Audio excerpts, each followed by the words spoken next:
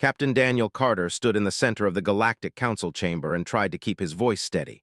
Around him, delegates from 40 different species sat in their elevated seats, looking down at him like he was something small and unimportant. He had been talking for 10 minutes, explaining the disaster that had struck 3 human colonies. The volcanic eruptions on New Terra had killed thousands. The survivors needed medical supplies and evacuation support. It was a simple request. Ambassador, the representative, leaned forward in his seat. His scaled face showed something close to amusement. Captain Carter, perhaps you should explain why humanity cannot handle this situation on its own, are not supposed to be tough and resourceful. Daniel felt his jaw tighten. He had expected this. They had never hidden their contempt for humans. Ambassador, the scale of the disaster exceeds our immediate capacity. We have ships in transit, but they won't arrive for another 3 weeks. People are dying now. We need help now. High Chancellor, a tall avian species with bright blue feathers, made a clicking sound that passed for laughter among his people. How curious! Humans claim to come from a dangerous world full of disasters, yet a simple volcanic event overwhelms them. Perhaps your species exaggerates its origins. Several other delegates made sounds of agreement. Daniel looked up at them and felt the weight of years pressing down on him. This was not the first time humanity had come to the council asking for help. It was not even the 10th time. And every single time the response was the same. Mockery, dismissal, contempt wrapped in diplomatic words. We are not exaggerating anything, Daniel said. His voice came out harder than he intended. Earth has earthquakes, hurricanes, floods, and volcanic eruptions regularly. We know how to deal with them. But New Terra was supposed to be geologically stable. Our colonists prepared for normal disasters, not for 3 supervolcanoes erupting at once. The ash cloud alone will make the planet uninhabitable for months. Waved a clawed hand dismissively. Then perhaps humans should not have settled on a planet they did not fully understand. This seems like a problem of your own making, Captain. The Council has limited resources. We cannot waste them on species that make poor decisions. Daniel wanted to point out that they had settled on 4 different planets that later proved unsuitable, and the Council had provided aid every single time without question. He wanted to mention that human scientists had predicted the volcanic activity, but were funding for proper monitoring equipment, because Chancellor's Budget Committee deemed it unnecessary for a species. He wanted to say a lot of things. Instead, he simply nodded. I understand. May we proceed to the vote? The vote took less than 5 minutes. 32 species voted against providing aid. Only 8 voted in favor. The rest abstained. Daniel listened to the results without expression. He had known how this would end before he even entered the chamber. From the security booth above the main floor, Commander Kate watched the entire proceeding with growing anger. She had served as security chief for the human delegation for 3 years. In that time, she had seen humans treated like second-class citizens over and over again. Alien delegates would cut in line ahead of human representatives. Meeting rooms would mysteriously become unavailable when humans tried to book them. Trade agreements would include clauses that heavily favored alien species. Kate had compiled reports documenting all of it. She had evidence of deliberate discrimination. She had recordings of alien delegates making jokes about primitive when they thought no humans could hear. She had proof that several species were actively working to limit human expansion into new territories. But evidence did not matter when nobody cared to look at it. Daniel left the council chamber with his head high. Kate met him at the exit, along with 2 other members of their diplomatic team. Nobody spoke as they walked through the station corridors toward their docking bay. They passed groups of alien delegates chatting in the hallways. Some glanced at the humans and smirked. Others made no effort to hide their amusement. One official actually laughed out loud as Daniel walked past. Better luck next time. Maybe your people will learn to handle their own problems eventually. Kate's hand moved toward her sidearm before she caught herself. Daniel touched her shoulder gently, a silent reminder to stay calm. They kept walking. The UHS Independence was not an impressive ship by galactic standards. It was classified as a diplomatic vessel, small and lightly armed. The Council had regulations about how large and powerful human ships could be. Those regulations only applied to humans, of course. Warships could be 10 times the size without anyone questioning them. Inside the ship, Daniel finally allowed himself to show emotion. He slammed his hand against the wall of the conference room, leaving a dent in the metal. Kate and the others sat down at the table and waited for him to speak. "I am done," Daniel said quietly. "I am done being polite. I am done accepting insults. I am done watching our people suffer while aliens laugh at us." He activated the communications console and opened a secure channel to Earth. After a moment, Admiral's face appeared on the screen. Was older than Daniel, with hair and tired eyes that had seen too many battles. "They refused," Daniel said. "It was not a question." "They refused," confirmed. "Suggested we should be grateful for any place in galactic society. Chancellor published an article 2 hours ago saying humans need to accept their limitations and stop trying to compete with more advanced species." Daniel sat down heavily. "How bad is the situation on New Terra?" "Bad. The death count is over 5,000 now. We have ships en route, but they are still weeks away. We are doing what we can with local resources, but it is not enough." Kate leaned forward. "Admiral, my intelligence team has been compiling data for 2 years. We have evidence of active sabotage of human interests. They have been interfering with our trade routes. Chancellor's people have been stealing our terraforming technology. There are at least 6 different species working together to limit human expansion." Nodded slowly. "I know, we have been aware of most of it. We chose to ignore it because we believed that patience and diplomacy would eventually win respect." "And how did that work out?" Kate asked. "Not well," admitted. He was quiet for a moment, then looked directly at Daniel. "I need you to answer a question honestly. Are you ready to stop being diplomats and start being?" Daniel knew what was asking. For decades, humanity had tried to integrate into galactic society peacefully. They had shared their knowledge freely. They had accepted unfair trade agreements. They had tolerated insults and discrimination. They had done everything possible to prove they were civilized and worthy of respect. And the galaxy had repaid them with contempt. "What did you have in mind?" Daniel asked. His expression became hard. "Operation Reckoning. We remind the galaxy exactly what are capable of when pushed too far, not with conquest, not with war, but with a demonstration they will never forget." Kate pulled up a data pad and began reading. "We have assets in position throughout alien space, intelligence teams that have been operating undercover for years, ships and weapons that the Council does not know exist, technologies we have kept secret. The aliens think we are weak and primitive. We are about to teach them a very different lesson." Daniel thought about the people dying on New Terra. He thought about the years of disrespect and discrimination. He thought about human colonists working twice as hard as aliens for half the pay because we're considered less valuable. He thought about human scientists having their research stolen and republished under alien names. He thought about smug face as he aided to dying people. "Tell me what you need me to do," Daniel said. Smiled, but it was not a pleasant smile. "Get the Independents ready to move. In 72 hours, we are going to show the Galactic Council what happens when you mistake human patience for human weakness." Admiral stood in the command center of Titan Station and watched the largest assembly of human military leaders in decades take their seats. The room was deep inside one of Saturn's moons, hidden from casual observation. The station itself was officially listed as a research facility. That was not entirely false. Research happened here, but the real purpose of Titan Station was something the Galactic Council knew nothing about. Waited until everyone was seated before he spoke. "Thank you all for coming on short notice. I will be direct. Operation Reckoning begins in 60 hours. I need to know if everyone is ready." Commander Alex Torres stood up first. He was the fleet tactician, responsible for coordinating ship movements across human space. "All vessels are in position, Admiral. The Council believes we operate approximately 200 ships. The actual number is 793, all equipped with technology the aliens have never seen. Our hidden shipyards in the belt completed the last batch 2 weeks ago."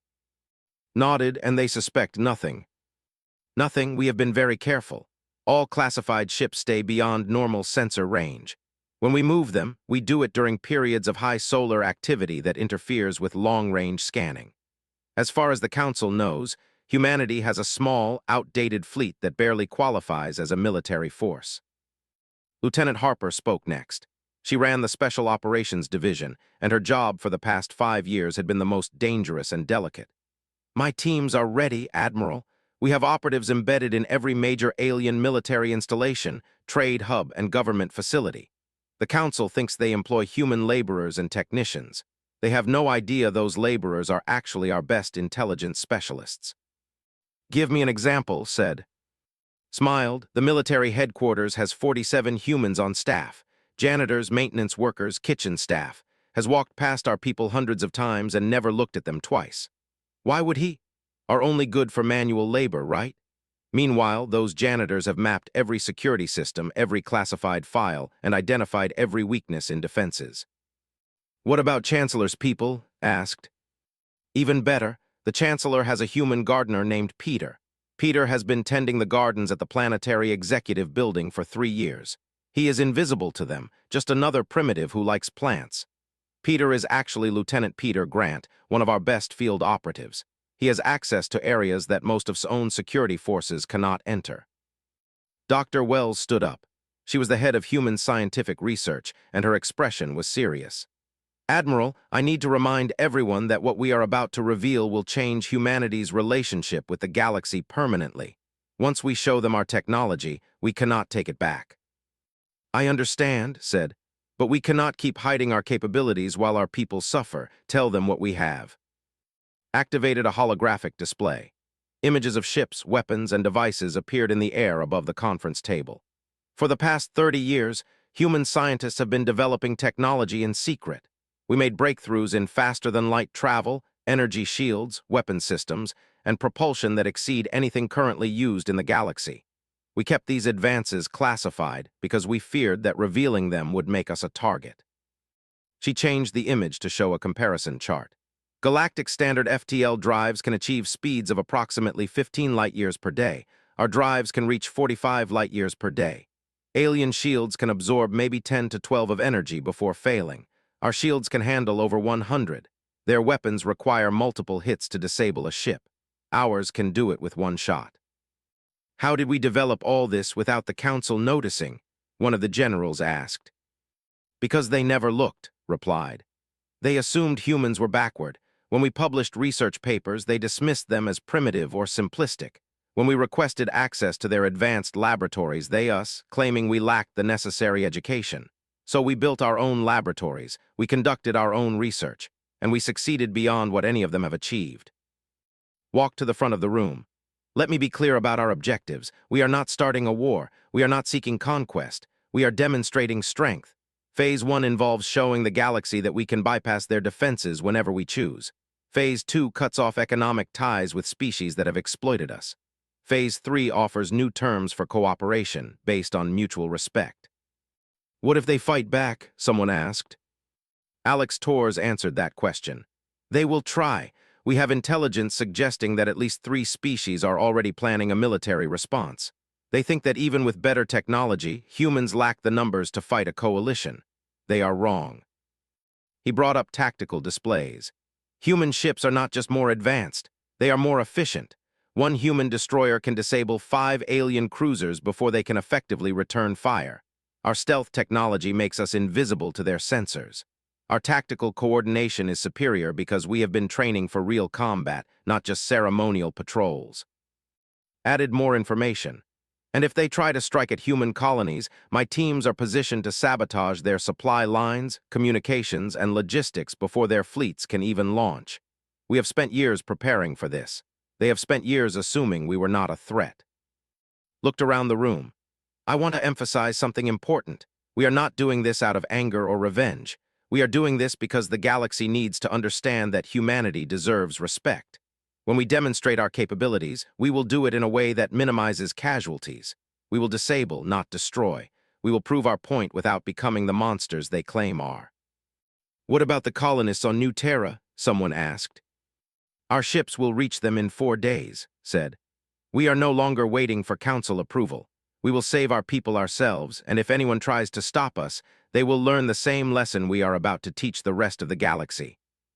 The meeting continued for 2 more hours. Plans were reviewed. Contingencies were discussed. Every detail of Operation Reckoning was examined and confirmed. By the time the meeting ended, everyone knew their role.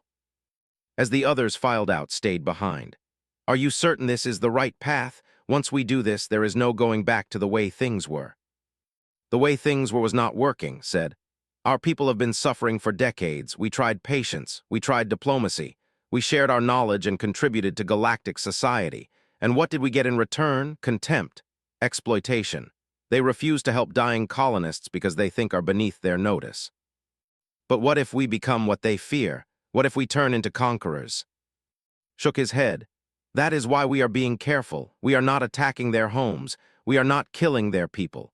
We are simply showing them that they made a serious mistake when they underestimated us. After the demonstration, we will offer them a choice.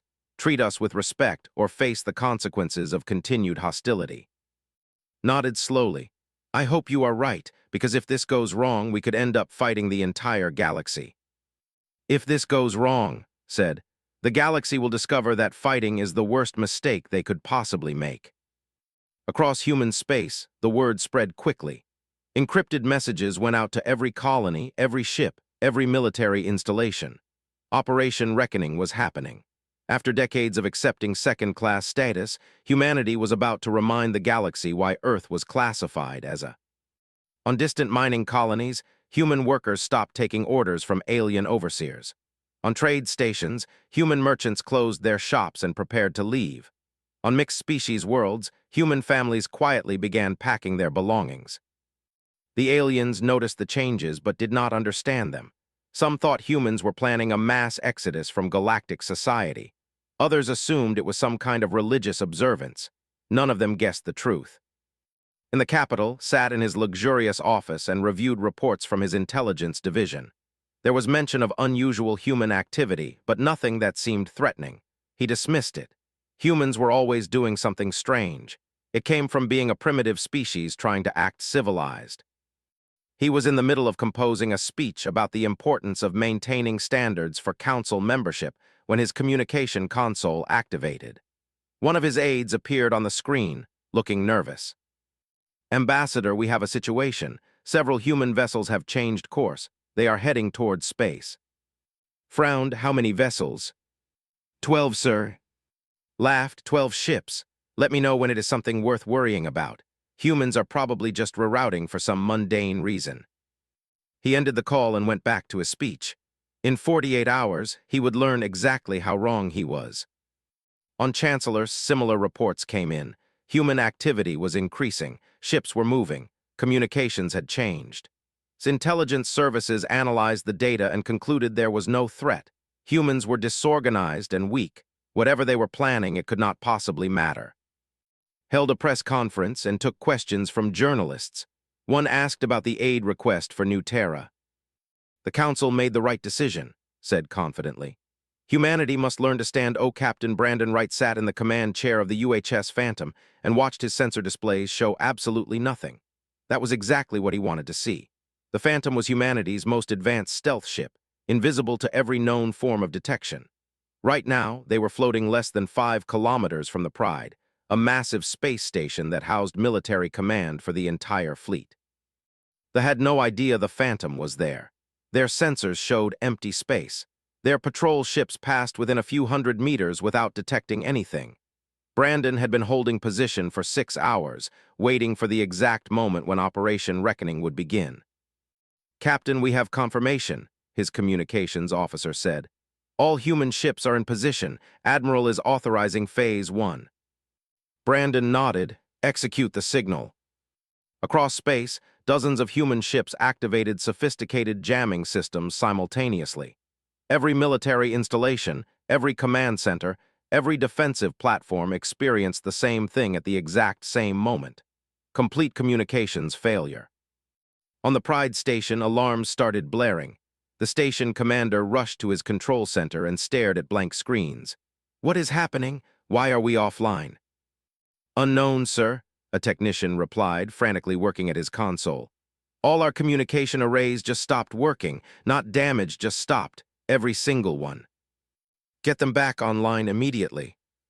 We are trying, sir, but there is something blocking everything. It is like someone threw a switch and turned off our entire network. Similar scenes played out across 3 dozen worlds. Military bases went dark. Defense grids failed to respond. Sensor networks reported nonsense data or nothing at all. Confusion spread rapidly as officers tried to understand what was happening. Then the Phantom. One moment there was empty space in front of the Pride. The next moment, a human warship appeared out of nowhere, so close that the station's automated defenses did not even have time to activate before they too went offline. Brandon opened a channel that broadcast to every functioning receiver on the station. "This is Captain Brandon Wright of the United Human Ship Phantom. Your defenses are offline. Your communications are disabled. Your weapons will not respond. We have done all of this without firing a single shot. We could destroy this station and every military installation in space before you could mount any defense. But we are not here to conquer. We are here to teach you a lesson about respect." He ended the transmission, and the Phantom cloaked again, vanishing from sensors as completely as it had appeared. On the station, the commander stared at empty space where a human ship had been seconds before. "Find them," he ordered. "We cannot, sir. They are gone. Our sensors show nothing." "That is impossible. Ships cannot just disappear." "Apparently human ships can, sir." Throughout alien space, similar demonstrations occurred. Human vessels appeared near major installations of every species that had voted against the aid request. In each case, they proved they could bypass defenses, disable systems, and vanish without a trace. The message was clear and undeniable. Humanity had capabilities the galaxy never suspected. On the UHS Independence, Daniel Carter prepared for the hardest part of Operation Reckoning. He was about to address the Galactic Council directly, and he was going to tell them truths they did not want to hear. The council chamber was in chaos when Daniel's transmission came through. Emergency sessions had been called. Reports of human ships appearing and disappearing were flooding in from multiple species. Nobody could explain how humans had developed such advanced technology without anyone noticing. Daniel's face appeared on the main screen. He looked calm, almost friendly. That somehow made his words hit harder. "Members of the Galactic Council, I am Captain Daniel Carter of Earth. Some of you may remember me from 3 days ago when I requested aid for dying colonists, and you voted to deny that aid. Ambassador suggested we were exaggerating our capabilities. Chancellor said humans needed to accept our limitations. Others of you laughed at the idea that deserved respect." He paused, letting that sink in. "You were wrong. You have been wrong about humanity for decades, and today we are going to correct your misunderstanding." The display changed to show a star map of known space. Red dots marked the locations of human ships. There were hundreds of them, far more than the Council believed existed. "You thought humanity operated about 200 outdated vessels. The actual number is 793 ships, all equipped with technology decades ahead of galactic standard. These ships have been constructed in hidden shipyards that your sensors never detected. We kept them secret because we hoped that patience and cooperation would earn us respect. We were wrong about that." Daniel's expression hardened. "Let me show you what else you were wrong about." The display changed again, showing documented evidence of systematic discrimination against humans. Trade agreements designed to exploit human resources. Medical research stolen without credit. Technology patents filed by alien corporations using human innovations. Evidence of the sabotaging human trade routes. Proof that Chancellor's government had been stealing human terraforming data for years. "We knew about all of this," Daniel said. "We have known for years. We chose to ignore it because we believed in diplomatic solutions. We thought that if we contributed to galactic society, if we shared our knowledge, if we proved ourselves valuable, you would eventually treat us as equals. But you never did. Every contribution we made was dismissed. Every achievement was minimized. Every request for fair treatment was." Tried to interrupt. "Captain Carter, this is highly inappropriate. You cannot simply broadcast accusations without proper procedure." "Shut up," Daniel said flatly. "You have talked down to humans for the last time. Now you listen." The bluntness shocked the Council into silence. Humans did not speak that way to Council ambassadors. It simply was not done. 3 days ago, you refused to help dying colonists because you considered human lives less valuable than alien lives. That was the moment humanity stopped caring what you think of us. We are withdrawing from the Galactic Council. All trade agreements are suspended. Human colonies will no longer accept Council jurisdiction. And to ensure you understand this is not a bluff, let me show you what can really do. The display showed a live feed from near space.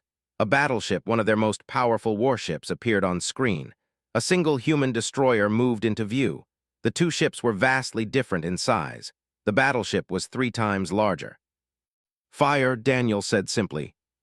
The human destroyer fired once. A single beam of energy hit the battleship. The alien ship's shields flared and collapsed instantly. Every system on the battleship went offline. The ship was intact, the crew unharmed, but it was completely powerless, dead in space. "That is the difference between your technology and ours," Daniel said. "One shot, that battleship will need to be towed back to port. The crew is fine. We do not kill unnecessarily, but understand this. We could have destroyed that ship just as easily. We could destroy your entire fleet before you could mount an effective defense." Commander Alex Torres appeared on the transmission next to Daniel. "This council has been operating under false assumptions. You believed you were the advanced civilizations and humans were primitive newcomers. The truth is exactly the opposite. While you rested on outdated technology, human scientists pushed forward. While you dismissed our research as simplistic, we were making breakthroughs you have not yet achieved. Earth made us strong. Our harsh world forced us to innovate or die. We chose innovation." Kate added her information. "My intelligence teams have been working undercover throughout alien space for 5 years. Your janitors, your technicians, your gardeners, all those invisible humans you never bothered to notice. They were mapping your facilities, copying your files, identifying your weaknesses. We could have sabotaged your infrastructure years ago. We chose not to because we wanted peace. But that option is no longer on the table." The council erupted in angry shouts. Multiple ambassadors tried to speak at once. Daniel waited for them to quiet down before continuing. "Humanity is offering you a choice. You can accept us as equals, negotiate fair treaties, and benefit from genuine cooperation. Or you can continue treating us with contempt and discover what it means to be on the wrong side of anger. We prefer the first option, but we are prepared for the second." "This is extortion," Chancellor shouted. "You cannot simply threaten the entire galaxy into compliance." "We are not threatening," Daniel replied. "We are stating facts. You have been exploiting humanity for decades. That ends now. You can either accept change peacefully or learn the hard way that do not make empty promises." Harper provided the final piece of information. "For those of you considering military action, let me save you the trouble. We know about the coalition being formed by 3 militant species. We know about the fleet being assembled to strike at human colonies. We know because we have people inside your military command structure. If that fleet launches, it will be disabled before it reaches the edge of your own space. Test us if you want. We will prove our point either way." The transmission ended. The council chamber dissolved into chaos.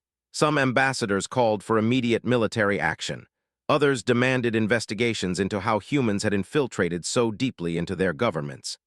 A few, the wiser ones, sat quietly and thought about what had just happened. Watched the transmission in his office and felt something he had not experienced in decades. Fear. Real, genuine fear. The humans he had mocked as primitive were revealing themselves to be the most dangerous species in the galaxy. His aide entered. "Ambassador, the military command is requesting immediate consultation. They want to know how to respond." "Tell them to do nothing," said quietly. "Absolutely nothing. We need to understand what we are dealing with before we make any moves." "Sir, surely we cannot allow humans to dictate terms to us. They have been a dominant power for over 1,000 years. And in a single day, humans have demonstrated they could end that dominance whenever they choose," replied. "They disabled our entire communication network without firing a shot. They appeared inside our defenses and vanished again. They have been operating undetected in our space for years. They have not been dominant. We have been blind." Similar conversations happened in dozens of government centers across alien space. The galaxy was being forced to confront an uncomfortable reality. Humanity was not the weak newcomer everyone assumed. They were a sleeping giant that had just woken up, and nobody was sure what would happen next. On the UHS Independence, Daniel turned off the communication system and sat down heavily. Kate stood beside him. "Think they got the message?" she asked. "Some of them did," Daniel replied. "Others will need more convincing. We will find out soon enough." Admiral appeared on their screen. "Well done, Captain. Phase 1 is complete. Every major power now knows what humanity is capable of. Phase 2 begins tomorrow." The Galactic Council convened in emergency session for the 3rd time in as many days. The atmosphere in the chamber was completely different from the meeting where they had humanity's aid request. Then, ambassadors had been relaxed and confident. Now, tension filled the air like smoke. Chancellor stood at the central podium, trying to restore order. His bright blue feathers were ruffled, a sign of stress among his species. This council will not be intimidated by human threats. We must respond with strength and unity. Respond how exactly? Ambassador Hal of the Trade Confederation asked. Captain Carter demonstrated that human technology exceeds our own by a considerable margin. They disabled defenses without firing a shot. They have ships we cannot detect. What strength are you proposing we use? We have numbers, insisted. Humans may have better technology, but they are one species. We are 40. Combined, our fleets outnumber theirs significantly. Who had been unusually quiet, finally spoke up. I have been reviewing the military assessments. Our analysts believe that human ships are not just more advanced, they are fundamentally superior. A battleship requires a crew of 200. Human ships of similar capability operate with crews of 40. They are faster, more efficient, and more deadly. Numbers may not matter as much as we think. So you are suggesting we surrender? Demanded. I am suggesting we think carefully before we make decisions that could destroy us, replied. The humans did not attack our civilians. They did not destroy our ships. They proved their point with minimal force. Perhaps we should consider what that means. Before could respond, a new report came through. An aide rushed into the chamber and whispered urgently to one of the economic advisors. The advisor stood up, his expression grim. Chancellor, we have a serious problem. Human merchant vessels have stopped delivering goods throughout the galaxy. Our supply chains are already showing strain. So what? Another ambassador said. We can source those goods elsewhere. No, we cannot, the advisor replied. Humans have been providing 60% of the raw minerals used in advanced manufacturing. They supply 42% of agricultural products for species that cannot produce enough food on their own. Human pharmaceutical companies produce medications that 12 species require for basic health. If humans withdraw completely from galactic trade, at least 30 worlds will face immediate crisis. The chamber went silent. Everyone had known that humans contributed to the galactic economy. Nobody had realized how much. An economist stood up. It gets worse. I have been analyzing trade data. Humans have been selling resources at below market value for years. They were essentially subsidizing our entire economic system. If they now demand fair prices, the cost of basic goods will increase by 30 to 40% across the board. Some species will not be able to afford what they need. Why did nobody notice this before? Asked Weekly. Because nobody was looking, answered. We assumed humans were desperate for any trade agreements we offered. We thought we were doing them a favor by allowing them into galactic markets.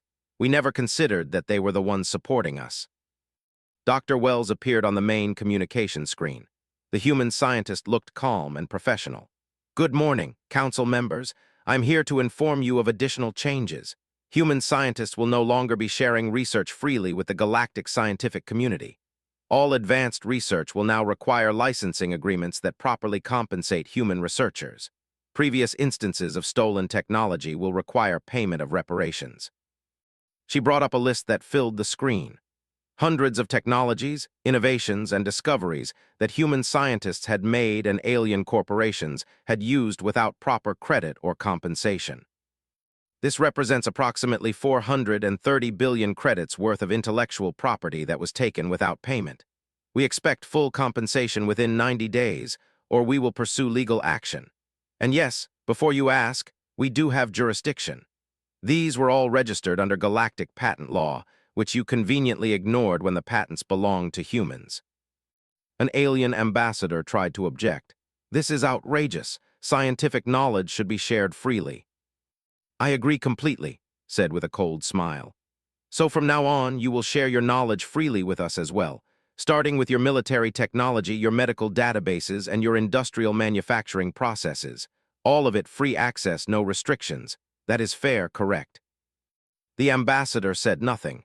Everyone understood the point. Aliens had expected humans to share while giving nothing in return. Meanwhile, across the galaxy, the consequences of human withdrawal became increasingly obvious. On industrial worlds that depended on human-mined minerals, production lines started shutting down.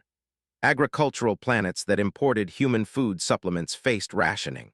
Medical facilities ran low on medications that only human pharmaceutical companies produced. The three militant species that had been planning military action discovered another problem. Their fleet was ready to launch, but the logistics were failing. Fuel, ammunition, spare parts, all of it depended on supply chains that included human elements. Without human cooperation, the fleet could not sustain itself for the journey to human space. Commander Price watched their fleet preparations from his command ship and smiled. "Admiral, the coalition fleet is falling apart before they even launch. Turns out you cannot run a military operation without fuel and ammunition." Good replied, "But stay alert. Desperate people make stupid decisions." Was right. The coalition commander, refusing to accept reality, ordered his fleet to launch anyway. 73 ships left port, heading toward human territory. They had enough fuel to reach the border, but not enough to return. The commander believed that once they engaged human forces, the victory would be quick and they could resupply from captured human stations. A flotilla of 12 human ships waited at the border. The coalition fleet arrived expecting a fight. What they got was a lesson. Human ships moved with speed that should have been impossible. They changed direction without the long acceleration curves that alien vessels required. Their weapons fired with perfect accuracy, disabling alien ships one after another. Their shields absorbed weapons fire that should have destroyed them. The battle, if it could be called that, lasted 17 minutes. By the end, 73 alien ships floated helplessly in space, their systems disabled but their crews unharmed.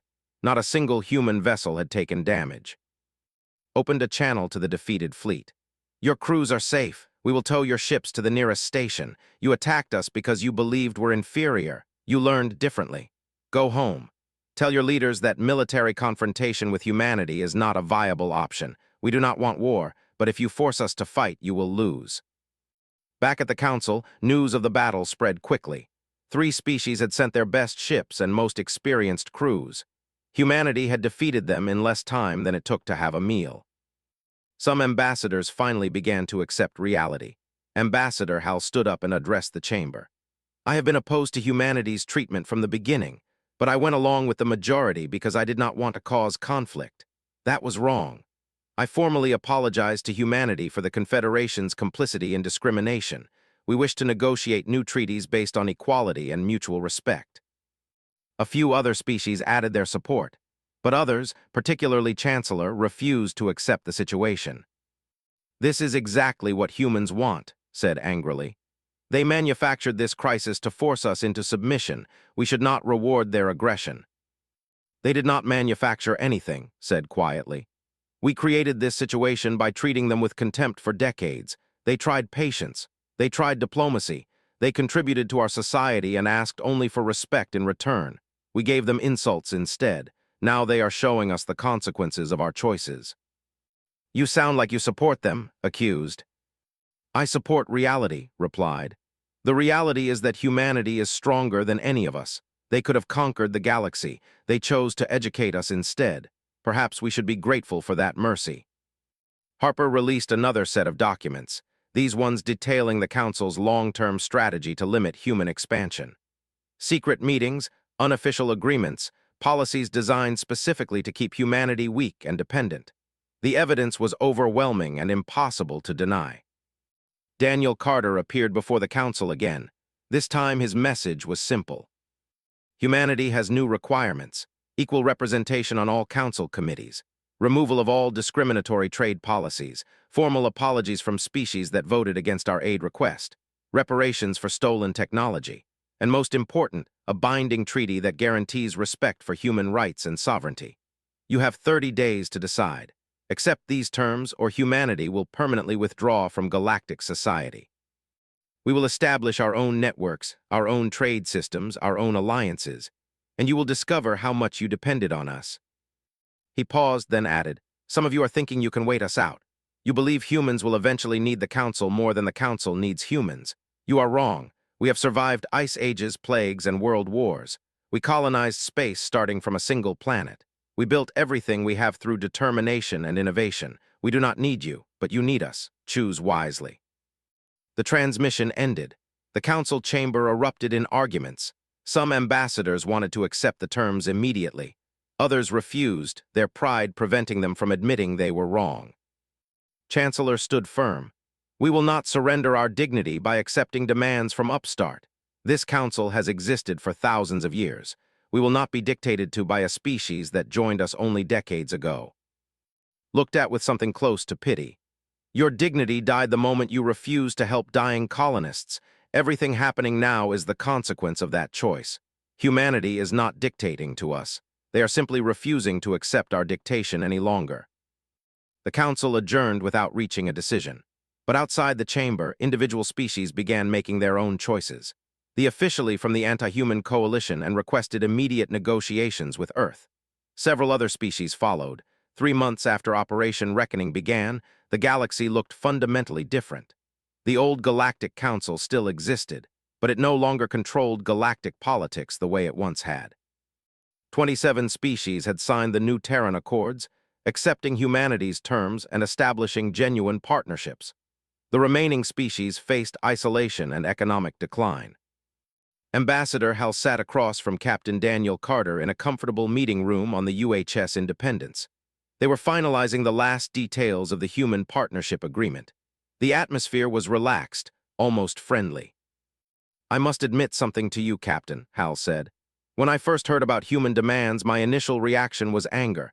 How dare this young species tell us how things should work? But then I reviewed the evidence of what we had done to you. The theft, the exploitation, the casual cruelty. I was ashamed." Daniel nodded. "I appreciate your honesty, but words are easy, Ambassador. What matters now is consistent action over time. Your species has taken good first steps.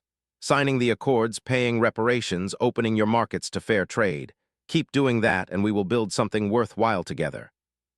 "You do not trust easily," Hal observed. "Would you in our position?" Daniel asked.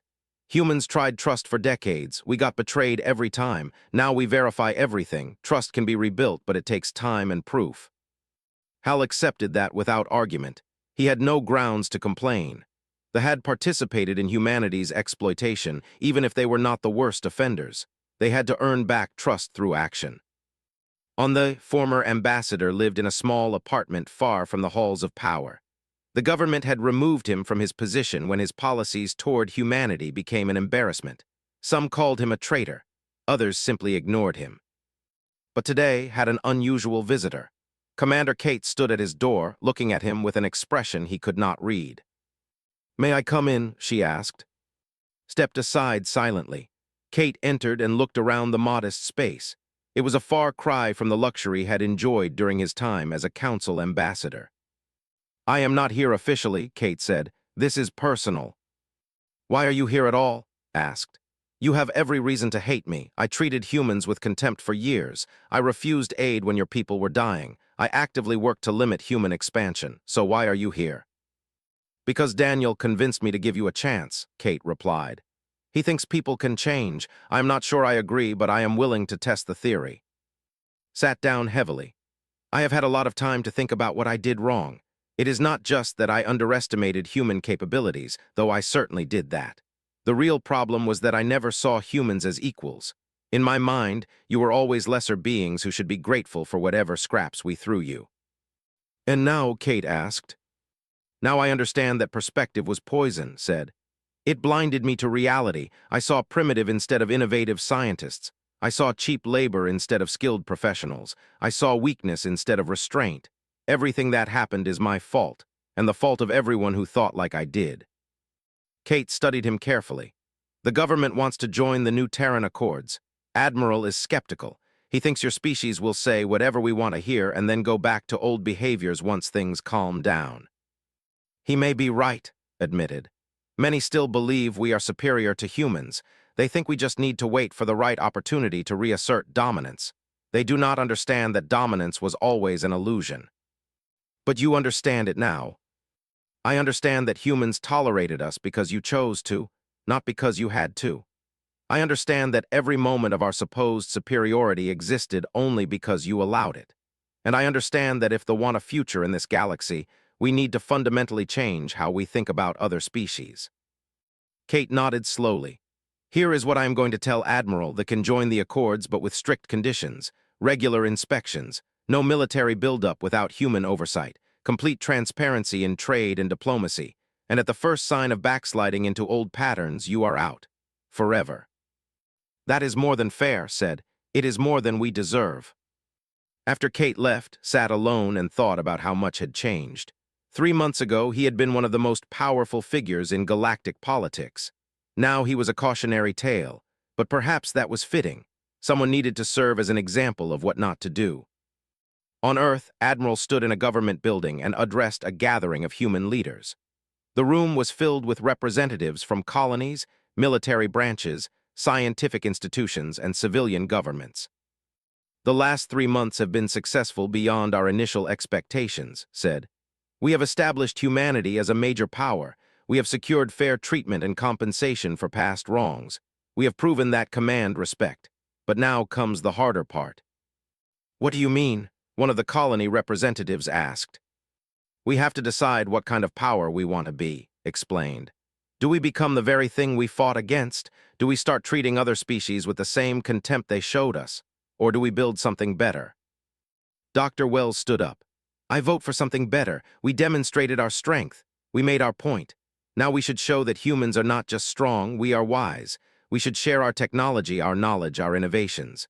Not freely, not as before, but through genuine partnerships where all parties benefit." "Some species will never accept us," someone pointed out. "Chancellor still publishes articles claiming humans are dangerous and should be contained. His followers believe him." "Let them believe what they want," said. "We do not need everyone to accept us. We need enough species willing to work with us honestly. The rest can watch from the sidelines while the galaxy moves forward without them." Lieutenant Harper added her perspective. "My intelligence teams report that most civilian aliens do not share their leaders' prejudices. Regular people from dozens of species respect what humans have accomplished. They are tired of the old system where a few powerful species controlled everything. They want change. We can provide that if we do it right." The discussion continued for hours. Eventually, they reached consensus. Humanity would offer partnership to any species willing to treat them fairly. They would share technology and knowledge through proper agreements. They would maintain their military strength, but use it primarily for defense and peacekeeping. And they would never forget the lessons learned from being underestimated and exploited. The New Terran Scientific Institute became a symbol of the new era. Human and alien scientists worked side by side, all treated as equals. The first joint projects produced remarkable results. A new medical treatment that combined human and research saved thousands of lives across multiple species. An agricultural breakthrough solved food shortages on 6 worlds. A propulsion design that merged human and allied technology created ships faster than anything previously achieved. Chancellor watched these developments with growing desperation. His species had not joined the Accords. They remained independent, clinging to pride and past glory. But independence was becoming isolation. Trade with worlds decreased every month. Young people from his species left to study at human universities. Scientists and engineers emigrated to colonies where they could work on cutting-edge projects. 6 months after refusing to accept reality, Chancellor's government fell. His successor immediately reached out to humanity, requesting negotiations. It was humiliating but necessary. The alternative was complete irrelevance. Daniel met with successor, a younger official named who had opposed policies from the beginning. "We made terrible mistakes," said simply. "Chancellor let pride destroy our judgment. We treated humans with contempt and paid the price. I cannot undo the past, but I can try to build a better future if you will allow it." "That depends entirely on your actions," Daniel replied. "Words mean nothing. Show us through consistent behavior that your species has truly changed. Then we can talk about partnership." Accepted those terms? Over the following months, his government proved genuine. They paid reparations without complaint. They opened their markets to fair trade. They publicly apologized for past discrimination. Slowly, carefully, they began earning back trust. 1 year after Operation Reckoning, a ceremony was held on Earth. Representatives from 35 species gathered to celebrate the anniversary of the New Terran Accords. The gathering included former adversaries who had become genuine partners. Admiral gave the keynote speech. "A year ago, humanity stood at a crossroads. We had been pushed to our limits by decades of disrespect and exploitation. We could have chosen revenge. We could have used our strength to conquer. Instead, we chose to educate. We showed the galaxy our true capabilities while maintaining our principles." He looked out at the diverse audience. "Some of you fought against us initially. Some of you exploited us for years, but you learned. You changed. You accepted that deserve respect not because we demanded it, but because we earned it through our actions. That is something to celebrate." Ambassador Hal stood and addressed the crowd. "Humanity taught us a lesson we should never forget. They taught us that the strongest beings are often those who withhold their strength, waiting for the right moment.